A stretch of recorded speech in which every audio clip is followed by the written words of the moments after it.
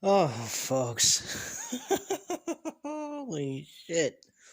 Before I get into the AEW December 1st, 2021 review, I actually came across a headline on the internet. And I also got a notification from JD from New York 206 notifying his audience that he's actually going to be doing a live show, which he does every Wednesday, Monday, sometimes Tuesdays, Friday nights, and so forth about his reviews.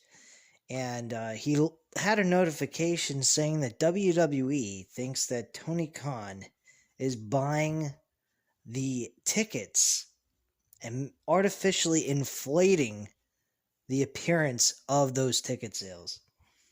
Um, I went ahead and researched this just to see if this was a host's, just some kind of fucking gag or whatnot. And I actually looked this up, and there's actually articles for the last day or so stating that there are some WWE officials who believe that Tony Khan is actually buying his own tickets so that he can inflate the appearance of those ticket sales. Um, First off, that's illegal. I don't believe that is something. I don't believe that's something that a owner can do as a promoter. So if he is proven to be doing something like that, he would be facing some legal issues, I believe. Um, because he's not really earning those. He's not really earning it. He's kind of like just inflating the price and whatnot, or giving artificial results. I mean, WWE, on the other hand, don't get in trouble for what they do because they don't technically buy the tickets. They just tell lies about the actual seating of the amount of people that are at their events. They always inflate the size. What they're saying is he actually invests in those tickets and do it himself to make those sales.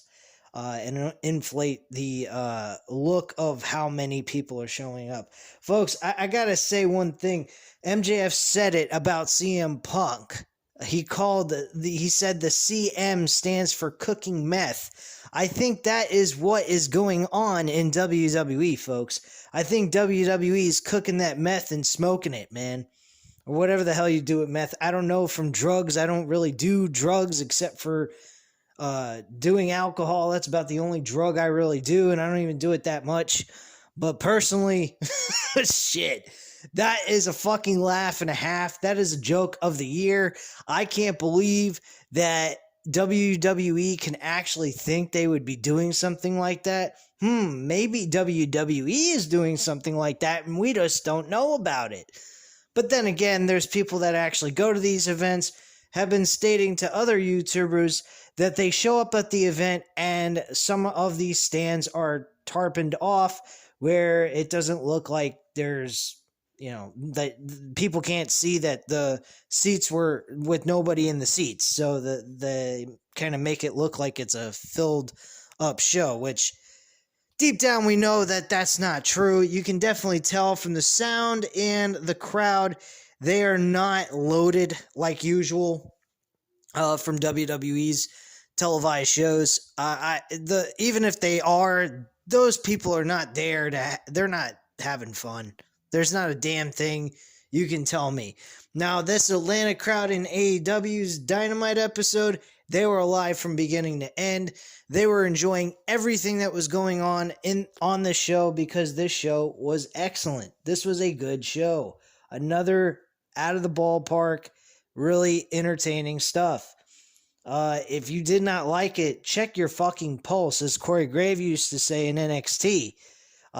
This is what NXT should be, WWE should be, and unfortunately, we don't get that with them. That's why AEW exists. Without AEW, there wouldn't be any professional wrestling because in WWE, it's dead. In the hands of WWE, the wrestling industry is dead. Seriously. Wrestling in WWE used to have 3 million viewers on average per Monday night, 2.5 million viewers on Friday night / Thursday night SmackDown episodes.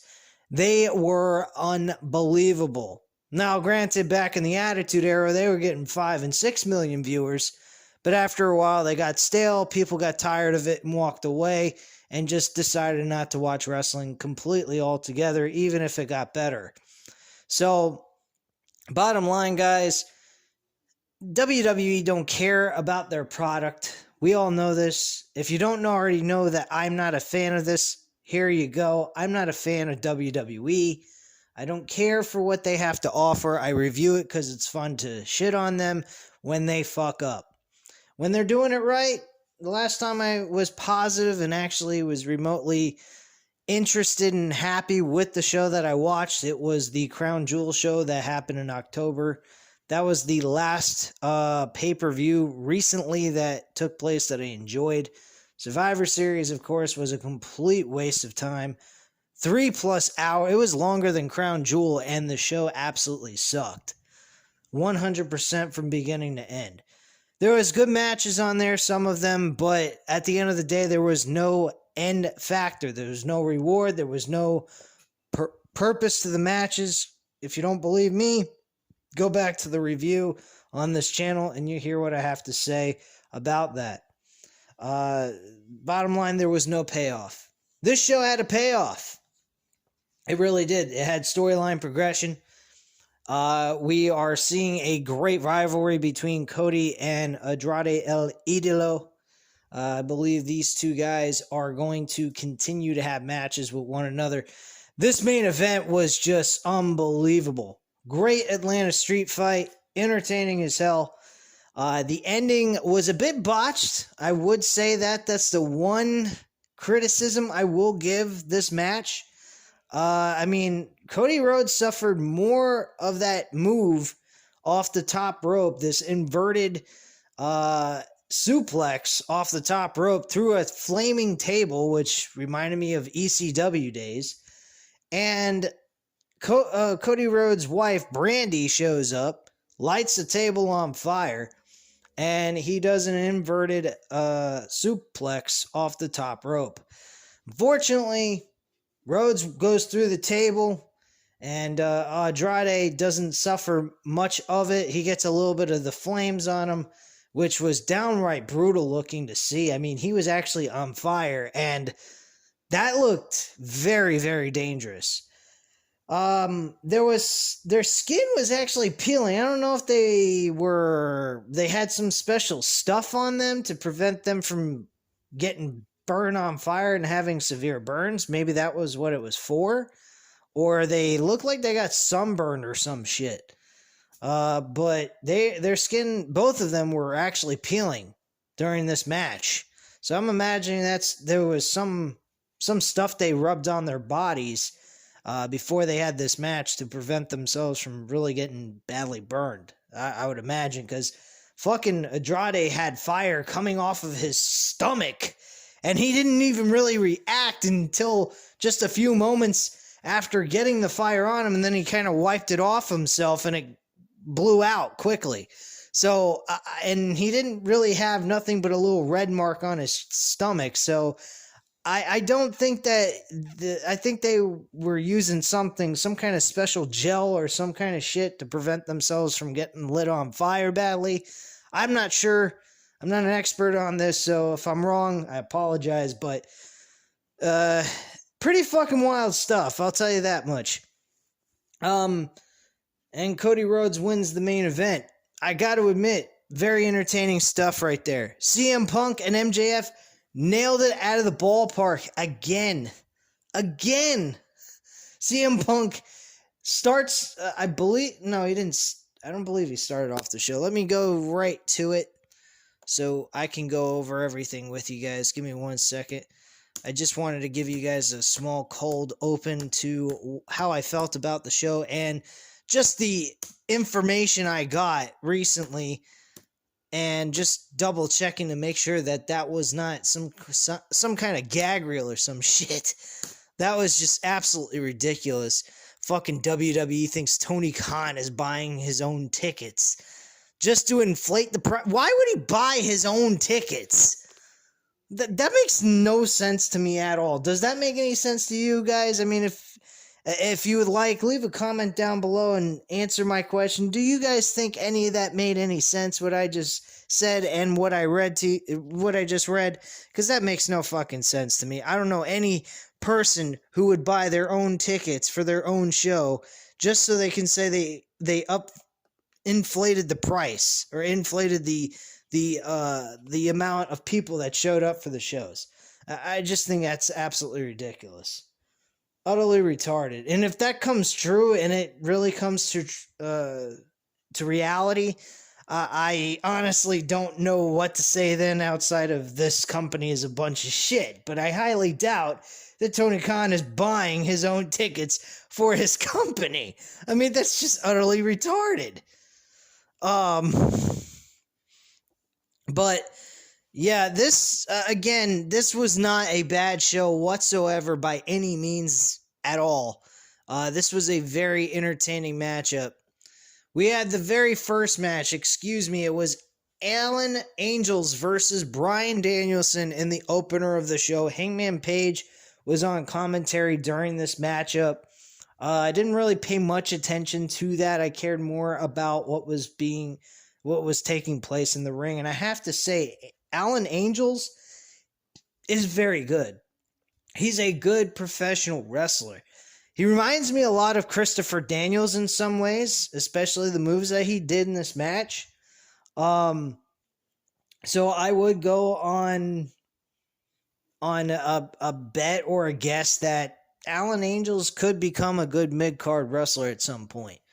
Definitely, I would keep my eye out for him because I think he will succeed eventually. They will see some purpose for him on the mid-card scene or competing for a mid-card title like the TNT Championship.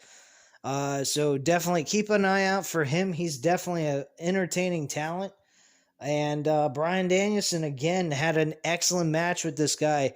And Bryan Danielson, as much as I dislike the heel work that he's doing, like, I don't really like a heel Bryan Danielson. I mean, it is different, but I really don't like it because I'm not used to it. Now, maybe in time I'll change my opinion on that. But I gotta give him credit, though. He is doing a good job with the heel run. It just doesn't make any sense to me that he just instantly turned heel out of nowhere just because he's facing a face champion. I honestly see this as a temporary thing. He's still coming out of the face tunnels. As you can tell, the face tunnels are on the right-hand side. Heels are on the left-hand side. So he's still coming out of the right-hand tunnels every single time. So I'm not quite sure what they're trying to do here. I mean, I would be okay if he was playing heelish towards Hangman Page, but he's also being very derogatory towards the fans everywhere he goes. And for them to switch him back to a face run after this match is over, which was announced that cold winter or winter's coming, in 2 weeks, I believe they said. He's going to be challenging for the World Championship. So, and he's going to be facing one other person, Jonathan Silver, next week. So that is the last Dark Order member he's going to face. Now, I'm not quite sure how you can go about switching him back to a face with him also taking shots at the audience every single chance he gets for the last 2 or 3 weeks. I'm not really particularly liking the idea of him going full-fledged heel on this. I think that's kind of stupid for him to be shitting on the fans. And yet the fans are still cheering for him regardless of the heel run. There's some of the kids in the audience that are going, yes, yes, yes, with their hands raising up in the air and whatnot, which I think is absolutely entertaining as shit. They're not being played into the storyline gimmick that Bryan Danielson's playing on television, so I think that's awesome. They're knowing the difference between reality and who he truly is. So they don't care that he's playing the heel. They still love him no matter what. And I honestly think that this is kind of a forced thing. A lot of people say Becky Lynch is doing the same thing, and I have to agree with that. And I think Bryan Danielson's in the same predicament. I just think he's doing a better job than Becky Lynch. She's naturally just trying to shit on the fans, but the fans just refuse not to hate him. They just don't want to hate him. They still love the character. Now, other people are just playing along with the storyline and booing him anyway and saying he sucks and all that. But deep down, I know everyone in that audience really respects and loves Bryan Danielson very much. And whether he plays heel or face, they don't care. They want to see Bryan Danielson. It doesn't make a difference. So bottom line, I think Bryan Danielson is doing a good job with this heel run. It just doesn't make sense. It didn't gradually turn into a heel run. It just instantly happened the night after the pay-per-view ended. And they went to the next episode and he just became heel out of nowhere. It makes no sense to me. That's where I have the issue with it. Him being a heel, I'm okay with. It's just the fact that he just instantly turned heel out of nowhere, and there was no gradual, going into it, becoming a heel. That's generally the best way to become a heel, is when you gradually become a heel through tribulations, through setbacks and losses. I mean, Hangman Page could have went in that route of a heel run with what he was going through for the last 2 years, but they kind of, swerved the audience and made Kenny Omega become the heel, which was totally fine as well. I thought that was an excellent swerve. Great job by them in that, telling that story. But Bryan Danielson, not exactly a great job with that, because he's been on a humongous winning streak. And outside of that tie that he had with Kenny Omega, it really doesn't make sense to me. And I'm just going to keep repeating myself if I keep talking about this, so there's really no point. But you get my reason for why I'm not totally with this heel run. I think Danielson is doing a great job with the heel run, playing a prick character. It's just how they did it is what I didn't like. So yeah, Tony Schiavone talked to Bryan Danielson about this, and Bryan Danielson said, "Hey, look, I took Colt Cabana's tooth and knocked it out. I've just torn the MCL. I gave Alan Angels an MCL tear, and the next week we're going to Long Island, New York." And I'm gonna kick the next person's ass, and there's somebody from Long Island, New York, in the Dark Order, so that's what I'm gonna do, and kick his ass. And then at Winter is Coming, the week after, I'm gonna defeat Hangman Page for the World Championship. And that was pretty much all there was to it. It led to Hangman Page getting pretty pissed off with hearing what he had to say. He grabbed a microphone and he said, "Look, man, you don't have to wait until until Winter's Coming. We can go ahead and dance right now." And Bryan Danielson said, "Yeah, you like me to do that. You like me to go ahead and screw myself. But, bro, Tony Khan told us that we can't lay a hand on each other until Winter is Coming, or you'll be stripped of your championship if you try to take the first shot, or if I go ahead and hit you. So I ain't doing nothing. But if you would like to take the first shot, by all means, go ahead." And Bryan Danielson kept tempting him, and he didn't do nothing. And Hangman Page tried the same on Bryan Danielson, and he refused to. He's like, "No, I ain't doing this." So they basically walked off. John Silver came in out of nowhere and tried to beat up Bryan Danielson for Hangman Page, but Bryan Danielson walked away, and that was that. So that's how that little segment ended. Nothing, too spectacular. It was all right. CM Punk and MJF, though, they did a good promo. It wasn't as good as last week's, but it was still a pretty damn good, entertaining promo. We had Lee Marante versus CM Punk. I think I mispronounced the last name to Lee. I apologize if I did. But CM Punk wins the match.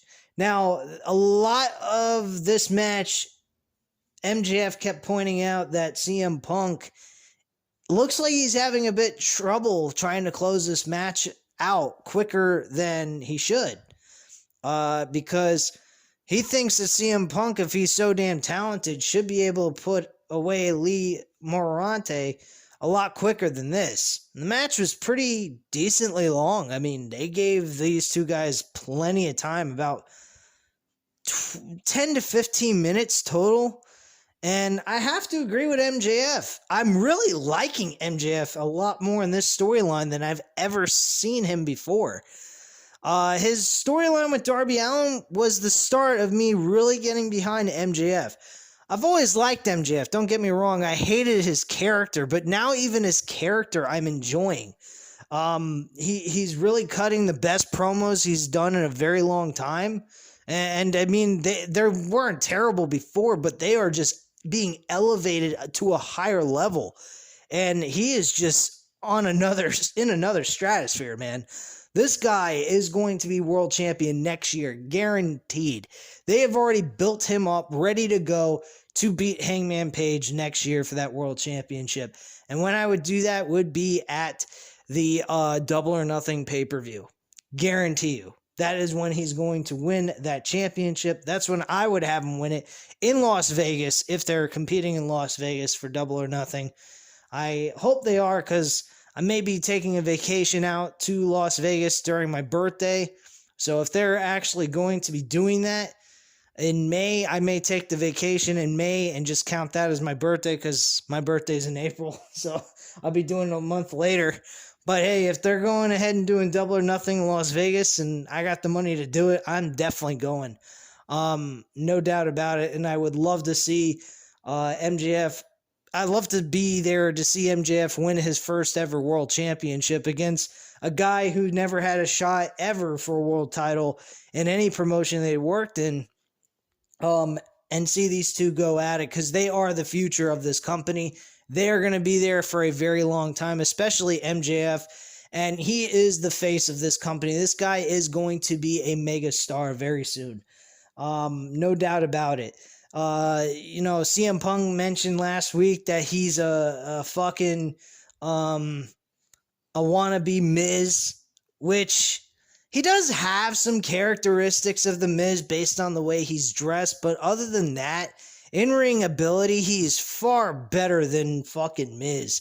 I mean, I came on here before and said MJF's wrestling is not the greatest in the world, and it isn't, but it is far superior than the Miz. The Miz is just very, very lackadaisical in the ring, very soft. He is not what you would call a strong style wrestler. The guy does not promote or put any type of realism into his matches. He doesn't make his moves look like they hurt at all. And these guys have to sell these moves that look like fucking dog shit. Like the leg kicks that he ripped off from Daniel Bryan are absolutely terrible. Would I say that the Miz's promo work is good when he's serious? Yes, most definitely. In 2009 to 2011, I would have to say that was the best time in Miz's career. And once he lost the WWE Championship in that triple threat steel cage match at Extreme Rules in 2011, he has done nothing important outside of his one little mid-card rivalry with Dolph Ziggler that lasted about 2 or 3 months. And after that, he's done nothing. He's won multiple Intercontinental Championships, and that is it. That has been his career, mid-card titles. The guy has not done anything special. No, he had another WWE title reign this past year that meant nothing. It was garbage. He had it for 8 days to be gifted to Bobby Lashley. I mean, come on, man. Miz is nothing. Compared to MJF, Miz couldn't kiss MJF's ass when it comes to in-ring ability and promo work. Promo work, he blows Miz away. Yes, Miz does cut good promos, but Miz is not as consistent as MJF is. MJF is a far consistent promo guy in the ring than anybody in today's modern day wrestling. The first time I ever heard this guy talk at All In, this Ring of Honor All In show special with all the wrestlers from different promotions in the indies coming to this one show, and he cut a promo, and I said, holy shit, this is a future guy. He's got the mic skills. Unbelievable. Nobody talks like this guy. And he plays the prick so well. And I'm just saying to myself, this guy's going to be something someday. No doubt about it. I have an eye for talent. There ain't no doubt about it. In The Rock's first day in the company, I saw him perform on WWF Raw. I couldn't see the pay-per-view of Survivor Series of 96 when he first showed up. I was unable to get pay-per-view then. I was like a little kid. I was only like 6 years old.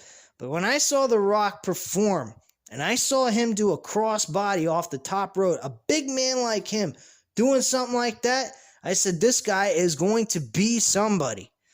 I just said it to myself when I was a kid. I really should be a fucking talent recruiter for a promotion, because I'm pretty good at scouting good talent, and I gotta say, this guy has got it. MJF has got it all, and his wrestling is getting better too on top of it.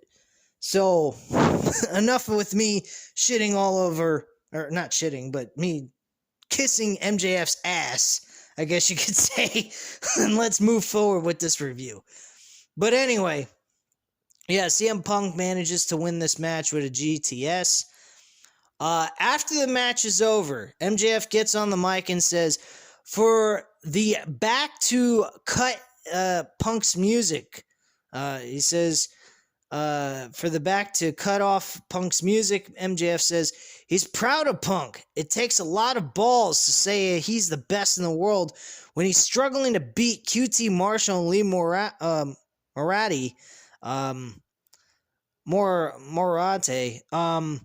He says the only thing he's the best at is trying to get in Britt Baker's pants. Now, I didn't quite understand this. Has there been rumors that he tried to cheat on his wife, AJ Lee, or something? I don't quite understand any of that. If anyone has any information on that, please inform me of this. He also calls Punk a one-pump chump. Punk grabs the mic and he says he's wearing Larry David's pajamas. MJF can talk all they want, but the fact is that they're better than MJF, and he knows it. So he points out that QT Marshall and Lee Marante are better than MJF. He says for Max to bring his needle dick into the ring and he'll kick his ass all the way back to Long Island. MJF says he's the spark Punk needs back since 2011. Oh, shit. Oh, man. That was a pretty fucking good insult right there. Next week, he'll win the Dynamite Dozen Battle Royale next week in New York. He's going to be better than Piper in Portland. He's going to be better than Brett in Canada, and he's going to be better than Punk in Chicago. MJF threatens to put his dog Larry to sleep. That I did not particularly like. That was going a little bit below the belt. I don't particularly condone that comment whatsoever. I thought that was really shitty. I was hoping CM Punk would have put his hands on MJF and beat the living utter piss out of him. That promotes Punk to pursue, but Wardlow steps in for his upcoming match. And that's how that ends. Britt Baker is upset with Tony Khan after facing Riho on Rampage. Jamie Hayter wasn't at the Friendsgiving last week because she was wrestling Thunder Rosa, which Brett notes Hayter lost. Hayter notes Brett lost to Thunder Rosa before, and a bit of tension began. But that discontinued. They took a calm breath and they relaxed, and then they just put their differences aside at that point. And next week, Brett says Hayter will be facing Riho. So nothing special there. I will be missing that match. Guarantee you. I don't really give a fuck. After the break, out comes Adam Cole, baby. He does his whole entrance before going back to the booth to join commentary. Pretty much he talks a little bit Tony Schiavone and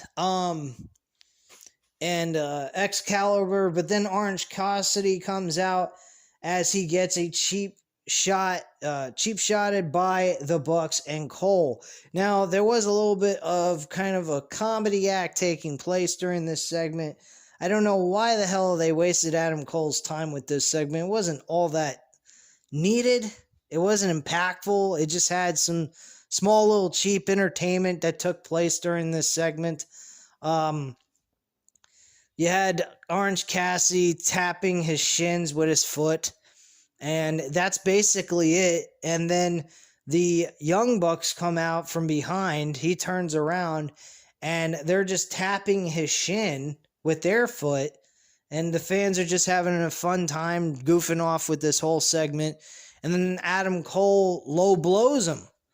And they do it again. They go ahead and they start tapping his shoulder with their foot, looking like they're about ready to do the super kick party to Orange Cassidy with a double super kick, but unfortunately that was not the case. They just took turns pretending to tap Orange Cassidy's chest, and then eventually they did the double super kick to the head, knocking him completely out. And that's how their segment goes off the air. Nothing special took place there. We then had AC Adams versus Wardlow, which was a very short, to-the-point matchup where Wardlow ends up winning this match with no problem, and that is that. Post-match, Spears has a change of heart and smacks Adams with his chair. Tony Schiavone is with Pac. Oh yeah, Wardlow looks like he may be turning face at some point, so keep an eye out for that, definitely, because I'm seeing some signs where he may become face based off of how he reacted with Sean Spears attacking AC Adams, so keep an eye out for that. Tony Schiavone is with Pac and Penta. Pac has an eye patch on while Penta takes exception to them hurting his brother Ray Phoenix, who's actually unable to travel. It will be Pac and Penta in action this Friday on Rampage, and Pac assures the world he'll be okay with just one eye. So, okay, great, wonderful. The Gunn Club with Austin Gunn versus Darby Allen and Sting. This was actually a very good, entertaining tag team matchup. The Gunn Club lose to Darby Allen and Sting. Darby Allen, at one point during this match, actually goes ahead and uses his body as a fucking torpedo in multiple spots here. During this match, and I actually thought at one point he broke his fucking neck. I swear to you. He went ahead and he did a torpedo suicide dive to Austin Gunn, and he kind of went a little too low, and his neck kind of looked like it was curled up in a very bad position, and he didn't look so hot to me. I thought maybe he accidentally broke his neck. Which would have been terrible. But he managed to get up. I hope he's okay and there's no major issue with his neck, because that definitely looked fucking painful as shit. He then went ahead and attacked Billy Gunn. That didn't look as bad as the initial suicide dive that he did. But man, he is using his body like it's a battering ram, which is not very safe if you want to get technical. But thankfully he's moving around okay. Hopefully he's not having any internal injuries that we, the fans, don't know about. I hope he's doing all right and he's just able to continue to perform because he's really entertaining in the ring, and I'd hate to see his run get, short, have a short run, and then have to rebuild that run back up again and get that momentum to eventually challenge for a world championship. So kudos to Sting and Darby Allen. Sting picked up the win, though, with the help of Darby Allen, so he gave the assist to Sting. Sting hits the Scorpion Death Drop and gets the 1-2-3, and that was to Colton Gunn. So, not bad match. Pretty entertaining. I got to admit, Billy Gunn is still not a bad wrestler. He's actually okay in the ring. I didn't see anything he did in this. I mean, he was average. I'm not saying he's great, but he's a pretty good wrestler for the guy his age. For a guy his age, he's still pretty darn good, and he looks in terrific shape, but who the hell knows if he's still on the juice. I know back in the day when he was a full-time wrestler, he was on the juice. He openly admitted that. But I don't know if he still is. He probably is. Who the hell knows?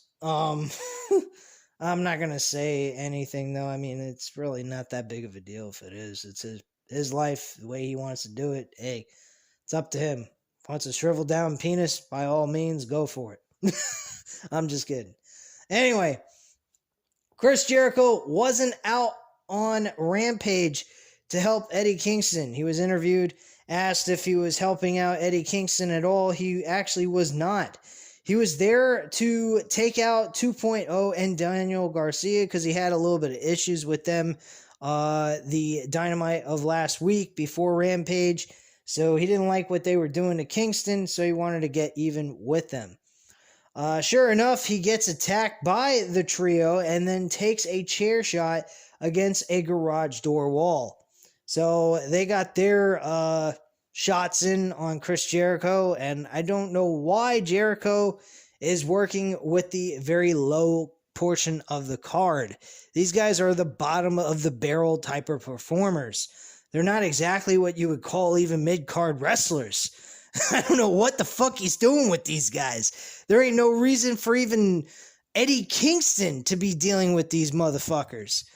But unfortunately, Eddie Kingston and Chris Jericho are both dealing with these two characters, and I can imagine that eventually this is going to align these two just as a temporary alliance to work together as a tag team in some kind of tag team match. So, whatever happened to America's Top Team and the Men of the Year, I have no idea. So, whatever the case may be is what it is at this point. Who the fuck knows? And at this point, who the hell cares? So Taz stacks Team Taz claim for the Dynamite Diamond Battle Royale. 4 of the members will be in this dozen Battle Royale, so they have somewhat of an advantage over most of the entire roster. Taz says they have a 125% chance at winning the match. I don't know about that. They have 8 other people, so they only take up a third of that. I have no idea what the hell kind of math he's doing. I guess he's doing Steiner math. Who the fuck knows? But yeah, they only get a third of that entire ring with 12 people, with only 4 of them going to be in it. So 125% chance. I don't know what the hell he's smoking. Whatever. Out comes Ricky Stark. Leo Rush actually doesn't like that notion because he's a fighter and he knows that he's got a chance. Out comes Ricky Starks and Dante Martin, who shrugs at Leo before joining Team Taz and celebrating with this small little segment, which, by the way, nobody gave a flying fuck about Lio Rush or Team Taz being out there. That is terrible. That is absolutely terrible. I don't know why the fans were not interested in this. I guess maybe people are not interested in Lio Rush. Me personally, I think he's great in the ring. I think his size puts him at a disadvantage in some cases. He is a really small guy. I think he's smaller than me. I'm 5'6", and I think he's smaller than Rey Mysterio, which I'm the same size as Rey Mysterio. And I think Lio Rush is only 5'4".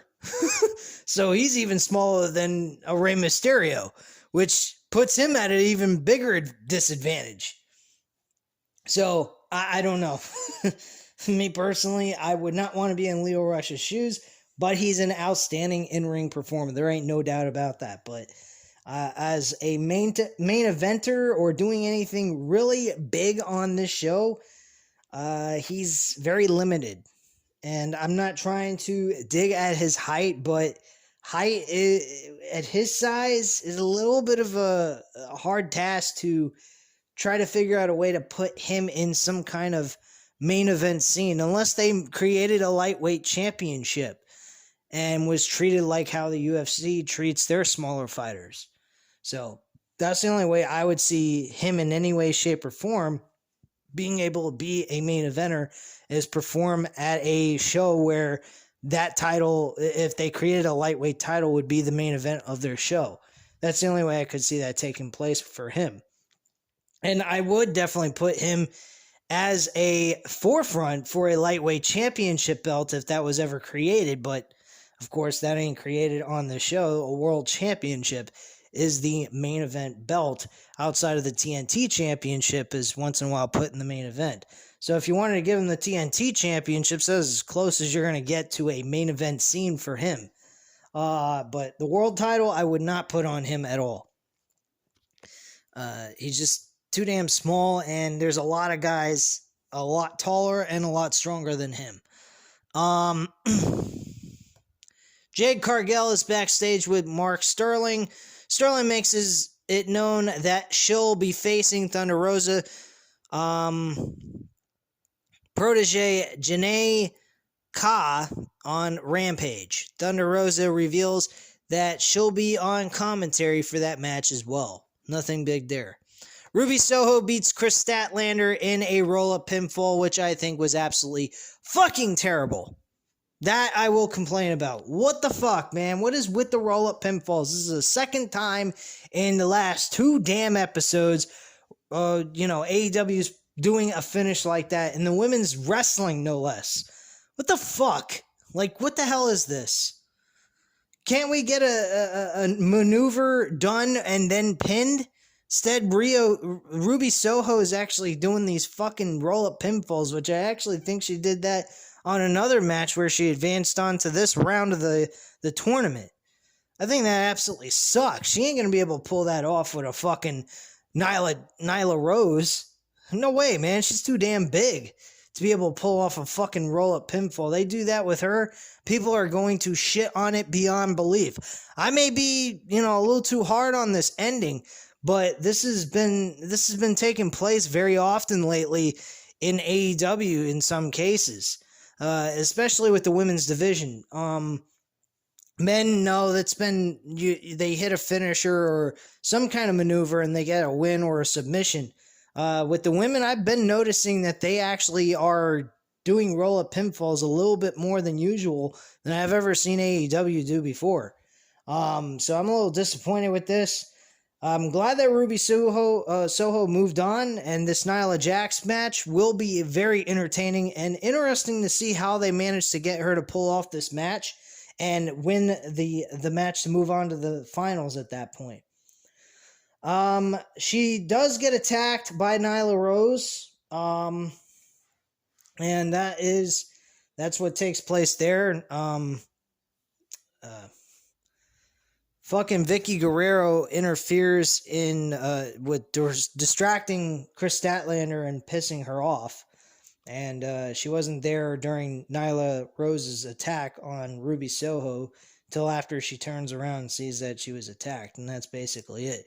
Then we had the main event. Already went over this. Andrade El Idolo defeats Cody Rhodes, or loses to Cody Rhodes, with a reversed suplex off the top rope through a flaming table. The rest of the action was pretty much self-explanatory. A lot of maneuvers that took place in the ring, outside the ring. Laptops were being used. The floor mat on the outside was ripped up, and there was exposed concrete, and Andrade took some of that damage to his back. So this match was hard-hitting. These guys really went out there and put on a hell of a main event. A lot of credit to both of these guys, and good job to AEW. I enjoyed this show. I have really no major complaints except for a few minor things. But other than that, I mean, this really was not a bad show. Good stuff, and their momentum continues to move on from last week's episode. So congrats to them, and I enjoyed this episode. I hope you guys enjoyed it as well. I hope you enjoyed the review as well. If you did, hit the like button if you liked the video. Hit the subscribe button if you're not already subscribed to the channel, of course, and leave a comment down below. I'll definitely get back to you on that, and I thank you guys very much for watching. Have a great night, guys. Bye.